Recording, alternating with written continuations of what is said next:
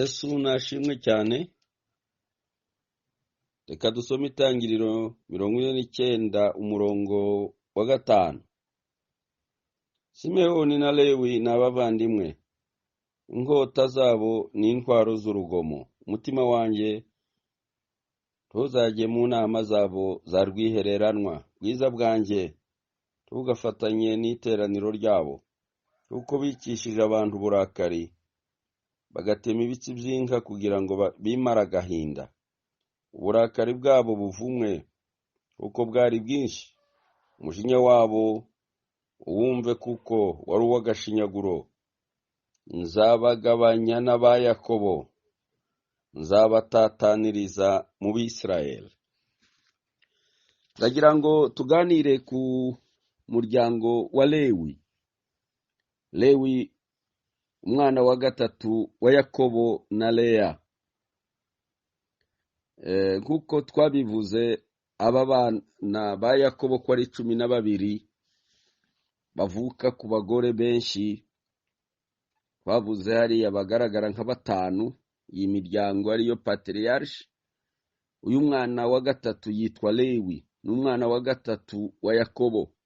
Lewi bisobanura ngo gufatanya, kuko bivuga mu Itangiriro 29 umurongo wa 34. Mu buzima bwa Lewi havugwa icyaha yakoreye abantu b'i Shekemu na Simewoni,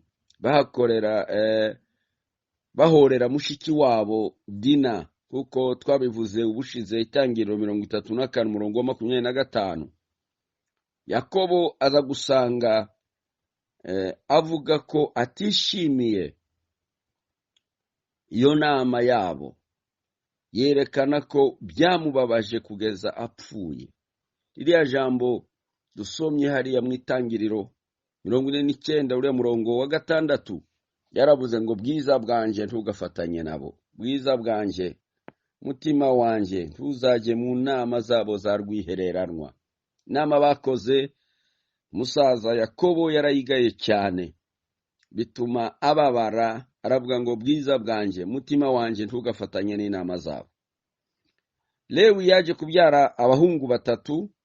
Umwe ni Gerishomu, undi ni Kohati, undi ni Merari. Murongo wa 13 aho kuri 46 uzabisangaho hari icyo bivuga. Kubara 3:17 Lewi yararamye cyane, turaza kumuganiraho. Yamaze imyaka 137. Ise Yakobo iwe yamaze 147, kuko tubisoma muri Kuva 6 umurongo wa 16. Imirimo y'Abalewi n'abantu bazwi cyane. Abalewi baravugwa cyane muri Bibiliya.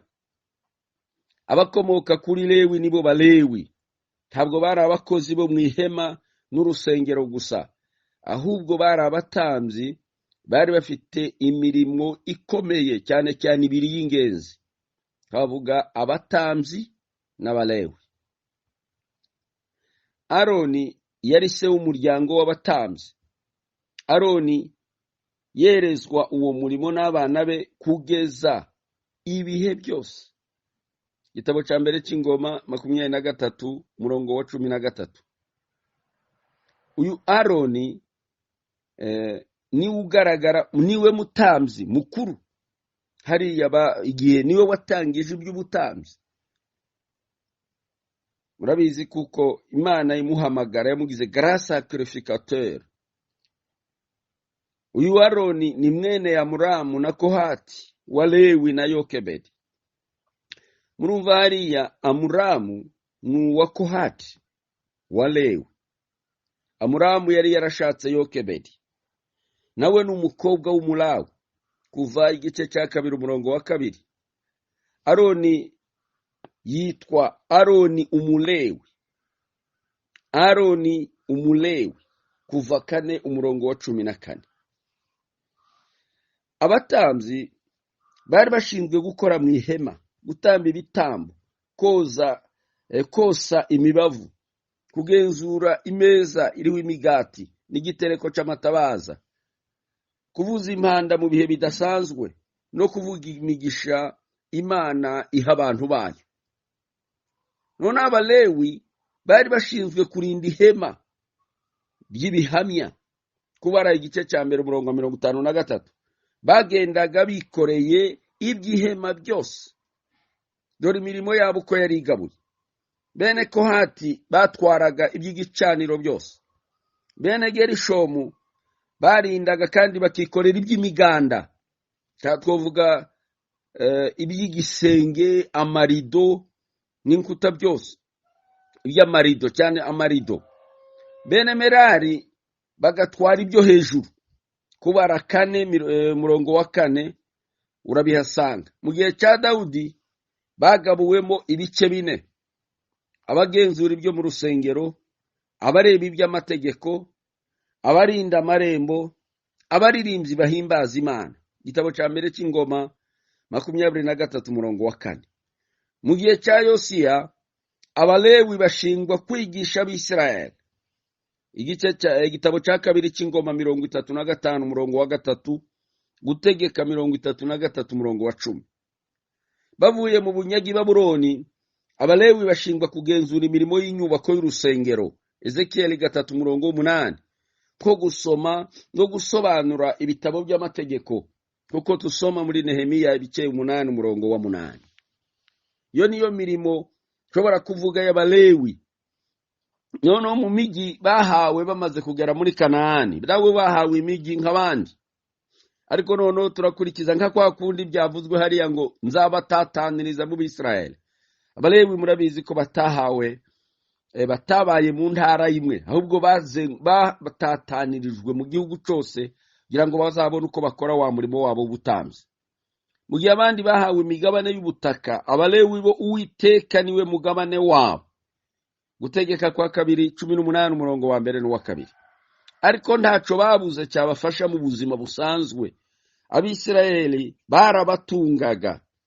Yosuwa agabanya indi miryango igihugu keretse abalewi. 13 umurongo wa 14 hariya muri Yosuwa. Bibiliya yerekana ko batuye mu migi 48 ariko batahafite amasambu. Kubara 35 umurongo wa 7, Yosuwa 21 umurongo wa 41. Imigi 13 y'abatambyi na 35 y'abalewi. Kohati bamuha imigi 10, Gerishomu bamuha 13, Merari bamuha 12.